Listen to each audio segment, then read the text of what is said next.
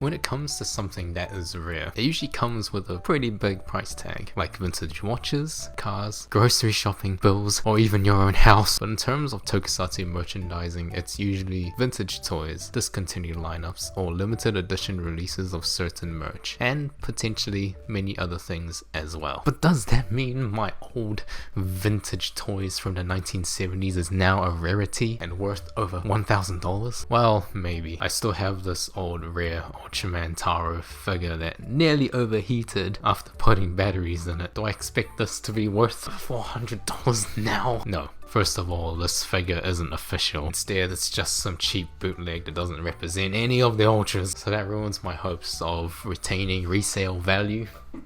But it's not to say that all of the vintage toys from any of the eras can't retain value. There are some exceptions to this. It mostly depends on the demand and how much a group of certain people are willing to invest their money on a certain something that would cause the prices of anything to go up. And today, I want to show everyone that certain something, what it is, the history of it, and why I've always wanted it. So, let's begin.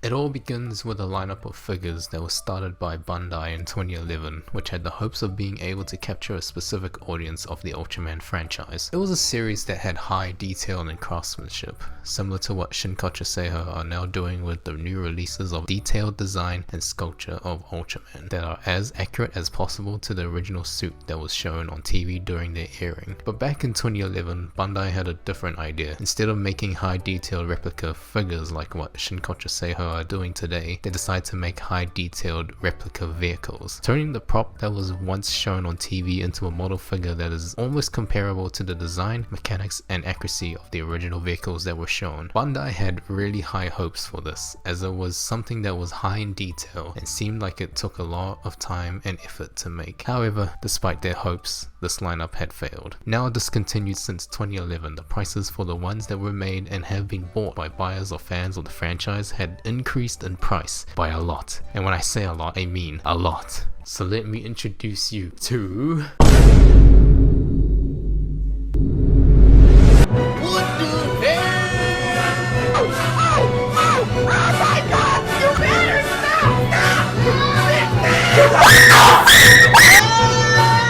Now this is called the Ultride Mechanics World, UMW for short. The specific model that I showed is the Ultraman Tiga Gutswing 1. Extremely high in detail and a well painted vehicular figure. A lineup of the Ultraman vehicles that reproduces the shape, coloring, deformation, and various gimmicks of the ride mecha that play an active role in the Ultra series as much as possible without compromising the miniature image of the actual vehicle used. The intentions for this lineup of figures was said to be Ultraman vehicles for the elderly. The first release for this lineup was the Ultraman Tiga Gutswing 1, which was released on March 26, 2011, at a starting price of a whopping 4,800 yen. Now you might say, wait, hang on a minute, 4,800 yen? Isn't that cheap? Well, not in terms of 2011, but for today, yes, it is cheap. If we were to compare the two prices of what it was worth then versus what it is worth now, you would notice that this figure alone had increased in value over time. It has increased by over 7 times, if my math is correct. But let's forget about how much it is worth for a second and let's talk about the details of this figure, because I feel like there can be some reasons to why this is so expensive and rare now, and why it was considered to be too expensive even for audiences of the Ultraman series in 2011.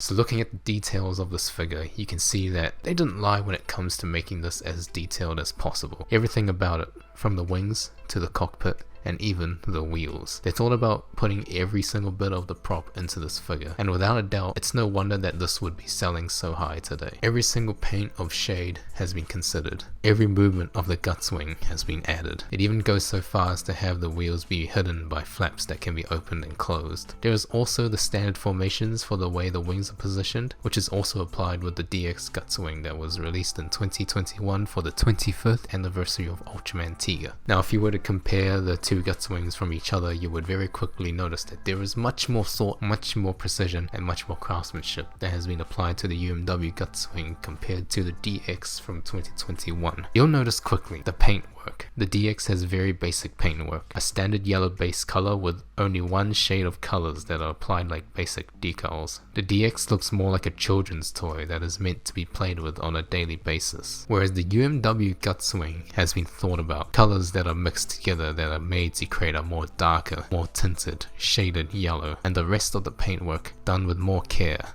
more precision, that looks like it could be painted by a hand by an extremely talented hobbyist. In terms of the mechanics of this figure, the DX has the basic features of the wings being able to be positioned in 3 positions: flying, hyper, and standby. The same with the UMW, but the biggest separation between the two is obviously the wheels. Again, the DX, it is meant to be treated like an everyday toy that is meant to be played with. There is no option to hide the wheels of the DX Gutswing, which makes the details of the mechanics of this toy less realistic. And as stated with the UMW, it is something that has been thought out really well to try and replicate the real thing. But however, the only good thing about the DX is that it has sound effects, and it's also much cheaper than the UMW, so that's the only good thing about it. But if you wanted to get the one that is identical to the original, then obviously the UMW is your best bet. It is the figure that is made for the audiences of people who had grown up with being fans of the Ultraman shows and care about a figure that replicates the design and the nostalgia that is made, that brings out the inner child of the person who had once been a big fan of the shows. If you were to ask me about what I would go for,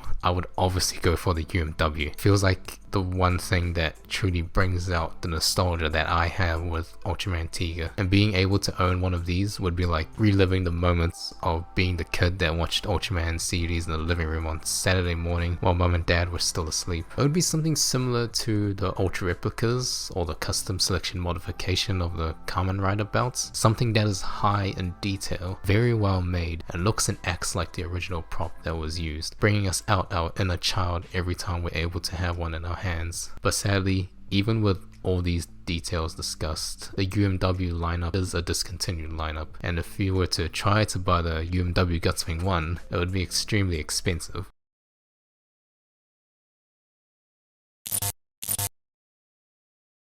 Now that we got the details stuff out of the way, let's have a look at the history of the UMW and the Gutswing 1 figure to understand why it's rare today, and also maybe talk about why it's now expensive. Back in 2011, when the first release of the UMW Gutswing 1 was at a price of 4,800 yen, it was believed that this figure was left unsold at various stores, perhaps because of the price. And to me, it sort of puzzled me a bit. This is a highly detailed, well thought about figure which probably took a very long time to manufacture. As the details in these are made to perfection and replication, it sort of makes sense for Bandai to keep the prices at 4,800 yen, as to them they may have seen it as the price that was meant for the figure. It also had the hype as well, with some saying that this is a series that I'm really looking forward to seeing in the future. If possible, I would like a Showa Ultra Mecha, and I completely understood that. I believe the intentions were well thought out, and the audience that they wanted to target was also wanting a lineup of highly detailed figures, but for some reason, as stated, UMW is not popular with consumers. The biggest reason to this that I could understand was that the pricing was too high, even according to that era. Now, I don't have any reasons from someone that I know personally that could testify as to why this wasn't popular, and I don't really have much power in being able to have direct communication with Bandai so that I can ask questions about what they think as to why the product lineup had failed. So I might try and give some reasoning using my own sort of YouTube experiences to hopefully be able to explain this. So let's start with this. If I were to make a YouTube video that I personally love and enjoy, and I put my heart and soul into it to make it as nice as possible, it's my passion, it's my work. I've done the maximum amount of research that I can into the specific niche or topic, and it has been edited to perfection with all the fancy edits and the many memes that I can throw in to add some comedic effect, and then it only gets something like 10 views. Of course, I would be extremely heartbroken and disappointed. Something that you worked really hard on to then come up short and fail miserably. That's very heartbreaking. And using my example, I believe this could also be said with the release of the UMW series. It may have been something that Bandai had really high hopes for, as Ultraman Tiga is a series that is close to being fan favorites from the Ultraman series, and maybe for Bandai to release this figure may have meant that they wanted to capture an audience that enjoyed the show and wanted a figure that was a replica of the prop, similar to Shinkocho Seiho, Ultra Replica, CSM, Custom Selection Modification. But despite all this, no matter if the design and mechanisms being as designed into the figure as accurately as possible, and with all the hopes that Bandai had, the lineup had only gained them so little when the time came to sell them to the public. In which some of these articles have stated the pricing of these figures may have been too high at the time, and even if Bandai might have thought that it was at a reasonable price, people still didn't want to buy it because they didn't have the money for it, and the pricing of 4,800 yen was considered to be too much for maybe the average fan or adult fan of the series. But I'm not too sure myself. As if it were me, I would have bought it regardless, because 4,800 yen is considered cheap today. So you might be thinking, well, this was only one figure that was released from UMW, right? Well, there were 3 other figures that were sold, and they all had the same intention of being high in detail and an exact replica of the original prop. But like with the Gutswing 1, most of them had also suffered the same fate of being a failed lineup. In June 18, 2011, about 1 month after the release of the Gutswing 1, another figure was released. It was the XIG Fighter SS from Ultraman Gaia, and in July 22nd, 2011, another figure from Gaia was released. It was the XIG Fighter SG. Now I'm not sure why they decided to go from Tiga to Gaia, but my guess that it's probably because Bandai might have thought that Tiga and Gaia might have been the most popular series for modern fans of 2011, or it could be that the people who are adults in 2011 may have grown up with Tiga and Gaia, or maybe it was perceived to be the most popular among fans of the Ultraman series at that time. I couldn't find anything online that mentions why the Gaia SS and SG fighters were released after Tiga, considering that Dyna was the series that came after Tiga, not Gaia. So I can only make assumptions with no real evidence to back up any of my claims. But if you were to ask me on the spot right now, I have completely no idea why they decided to do that. So I guess we can only theorize for now. After the 2 Ultraman Gaia fighter planes were released, in between July 25th to October 25th, 2011, a pre-ordered release of the Maxima Overdrive test machine from Ultraman Tiga was out for pre-orders and was shipped for release on January 26, 2012. Now this is a bit strange to me. Bandai started with the Gutswing 1 from Tiga, then to the SS and SG fighters from Gaia. Then they decide to have Maxima Overdrive from Tiga to be their last product from the UMW lineup. Again, I thought they would have released something from Dyna instead, or maybe the Gutswing 2, because the way I see it, the Gutswing 2 is probably more popular than the Maxima test machine. But hey, I guess Bandai had their reasons, so I won't question it. So then, after only 4 releases under UMW, starting from March 26, 2011 to the last pre-ordered date on October 25th, 2011, the UMW lineup was completely discontinued, which is only 6 months from the first release to the last release. That was how long this lineup had lasted. And apparently, according to this one article, only the XIG Fighter SG figure did well compared to the rest of the figures that was released. And the biggest reason for this is because I wanted to have 2 of them. Well, that couldn't have been a better reason. But from my understanding, with what I can gather, the general consensus was that this lineup of figures was too expensive for the market back in the day, even if the prices were at 4,800 yen as a starting price for all of them, except for the Maxima Overdrive, which was at a pre-order price of 5,500 yen. And because of this pricing, it eventually led to the cancellation of this lineup of figures, as it was stated that in recent years seems to have been hard fought and ill-fated, with each new series being short-lived and premature, which then led to the lineups as being discontinued after 4 products, almost 6 months apart, a time frame that this lineup had lasted before discontinuation, which is extremely disappointing. I have always wanted the UMW Gutswing 1, mostly because of how well the design is made to look as close to the real thing as possible, and also because of how much Ultraman Tiga had been a major influence on me, which is something that I have grown up watching almost non-stop at times. With my limited number of CDs that I would watch over and over again every Saturday or Sunday morning, Ultraman Tiga and the Ultra series had a lasting impact on my childhood, and some of that impact has continued on to today. And to learn that this lineup was a complete failure is indeed a disappointment.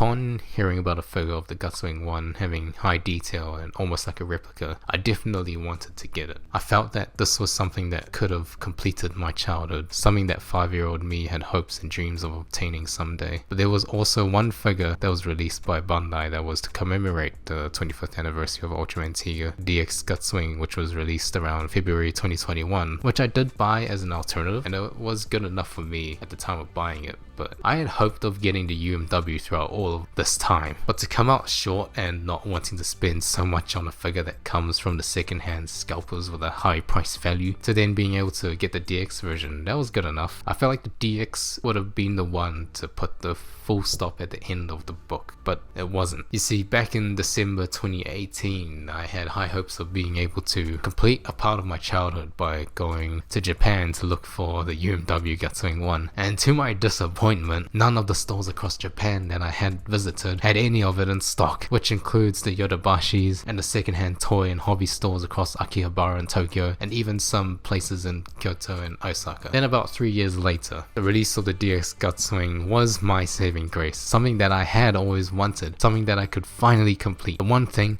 that 5-year-old me would have wanted. I thought that this was it. I didn't need the UMW Gutswing anymore, until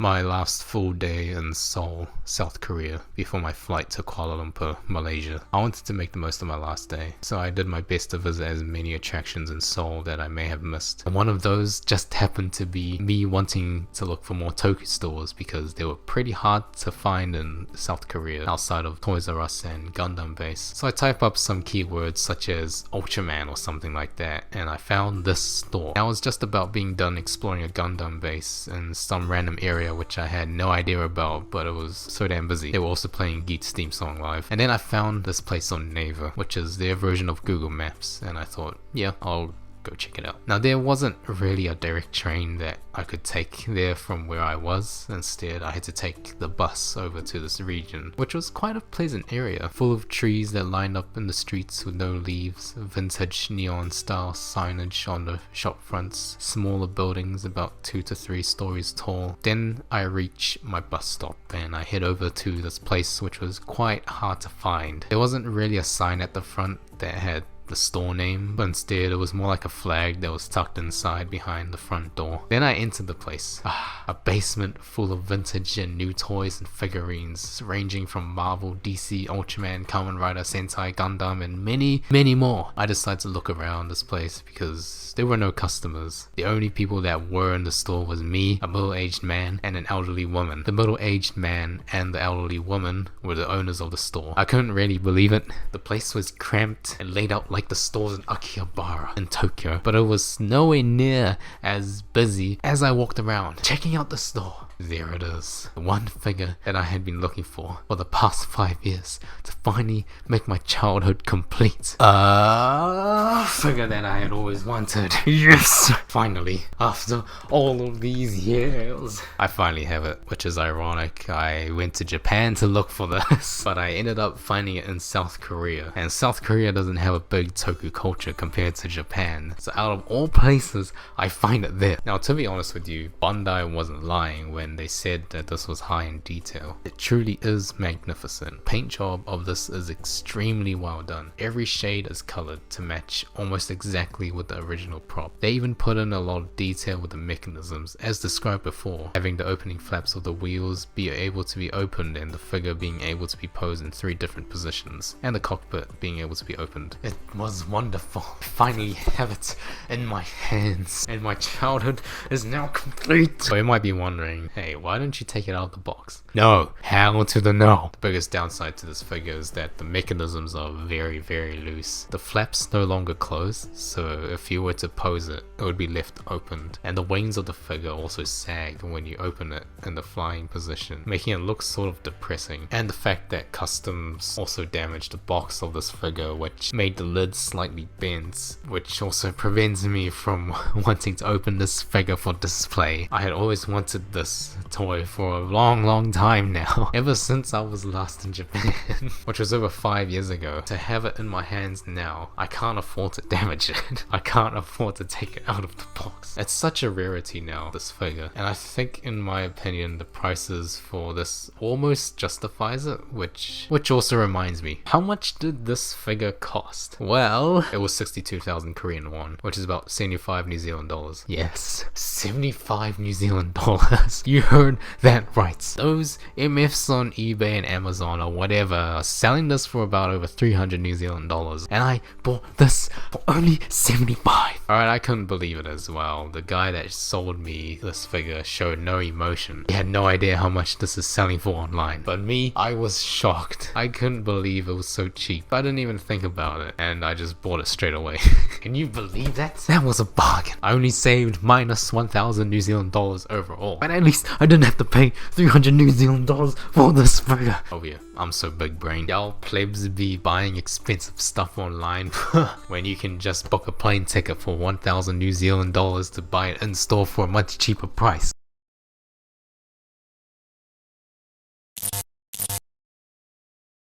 But yeah, without a doubt, this figure is extremely rare today. I'd regard it as being one of the hardest figures to find in the world. And considering that some of the editions of UMW was also released, I would also say the same to those as being rare, expensive, and hard to find, being on the same level as the UMW Gutswing one. I could even say that it would be regarded as something that is now a lost legacy, a lineup of figures that were once high on hopes that they were able to succeed in being popular with more mature and adult audiences of Ultraman, but since it was a failure to sell to the targeted audiences, it is now almost a forgotten lineup of extremely high detailed figures, which is sad to see. I would have honestly loved to have seen this succeed, but maybe sometime in the future Bandai might take the risk again and redo the UMW lineup and introduce vehicles from the Showa era or maybe even the New Gen era, but I guess that might be highly unlikely considering that it failed once and there's also a risk of it failing again, but who knows, it's up to Bandai to figure that out. So let me know down in the comments below to express your own thoughts and opinions on this, and I'll try to reply to all of them. It's not guaranteed. Now to wrap it all up, I'll see y'all next time. Bye.